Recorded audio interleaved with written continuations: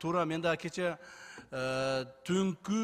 түнкү саат 1:30-2 болса керек, президент маған чалып айтып қалды. Могул жерде бирөө чыгып алып 100 миллион сен эмелериң сураган турбайбы деп.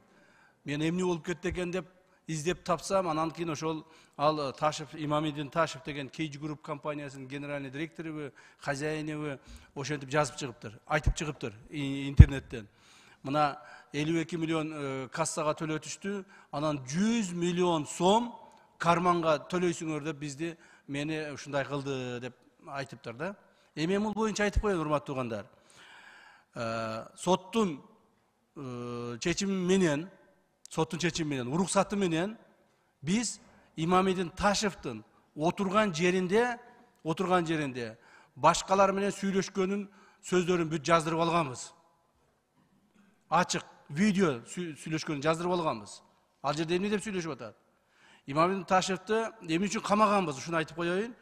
Бишкек шаарында азыр мен эсимде жок кайсыл үй экен, бир үйдүн жашоочулары мага кайрылышкан. Мына ушул жерден биз канча жылдан бери жашап атабыз, кызыл китеп ала албай атабыз, биз кыйналып атабыз, светке как өндүрүшчү катары төлөп атабыз, газ сууга ушундай өндүрүшчү катары төлөп атабыз, Ташевка чара көрүп бериңиз деп. Ташевди чакырып сүйлөшкөнүбүздө действительно ошол жашоочулардын айткандай болуп чыкты. Ташевди биз камаганбыз. Камагандан кийин Ташев бизге эмес 52 миллионду, ошол Бишкек шаарына келтирилген зыянды 52 миллионду төгүп берди. Эми мунун айтып аткан 100 миллиону боюнча. Бул 100 миллионду ошол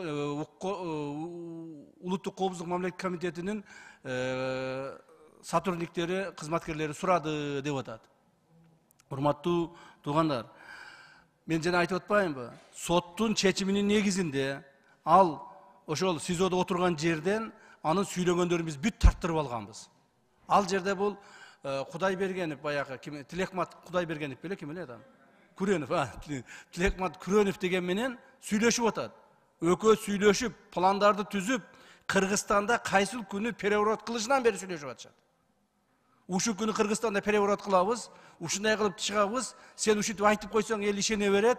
Мына желек чыкты, башка чыкты, давай ушуну жасайбыз деп туруп экөө сүйлөшүп атат. Бир нече күн сүйлөшүштү. Андан кийин ошого карабастан биз 52 миллион сомду төлөп бергенден кийин Ташевди биз чыгардык СИЗОдон. СИЗОдон чыгарып дагы байкадык. Дагы эмне деп сүйлөшөр экен булар? Качан переворот кылар экен, көрөйлүчү депчи. Тим койдук. Мен муну ачыгын айтып берип атам. Себеби дегенде муну жашыра турган эч нерсеси жок. Муну саясат кылып атпайбы?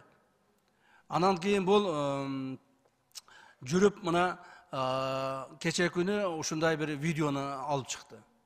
Ал видеосуна каршы Тилекматтын сүйлөгөн сөзүн дагы биз жаздырып алдык.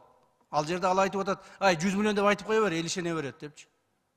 Лишь айтып кое бер, эл ишене берет. Ушу айтып элди эле козгой берсен, козгой бер. Бүттү, ишенет деп. Мына бүгүн биз Имамидин Ташевка ачык айтайын, издөө жарыяладык.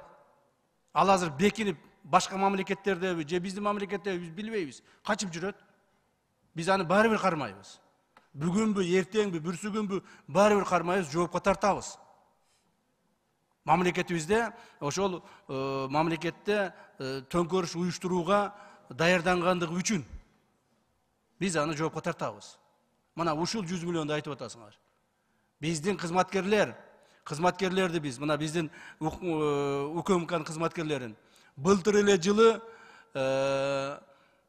5ке жакын адамды биз 5 кызматкерге тегерегинде жоопко тарттык. Кылмыш жообуна тарттык. 10га жакын кызматкерлерди жанагы жумуштан алдык. Так. Дагы бир 10 жакты кызматкерлерди жумуштан өздөрүнүн каалоосу менен кетирдик. То есть биз дагы өзүбүздүн ичибизди тазалап атабыз, ар дайым карап атабыз. Бирөөдөн бир тыйын алып койбосо экен, мыйзамды бузуп койбосо экен деген мааниде. Ал эми бизге төгүп аткан же ККМБга төгүп аткан акчалардын бардыгы счет аркылуу өтөт, мамлекеттин бюджетине кетет. Аны бир да кызматкер же мен же башкабыз көрбөйбүз дагы ал акчаны. Биз цифраны гана мына кагаздан көрөбүз.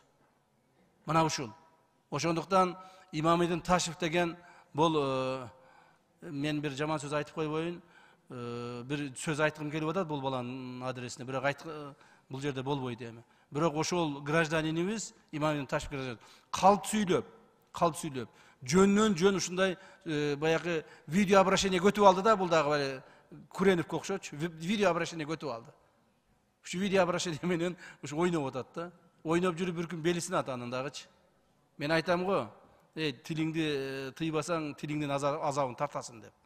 Ошонсуңарда бир күнү Имамидин Ташевдин дагы ошол азабын тартып ыйлап келет. Ошол маалымат. Рахмат.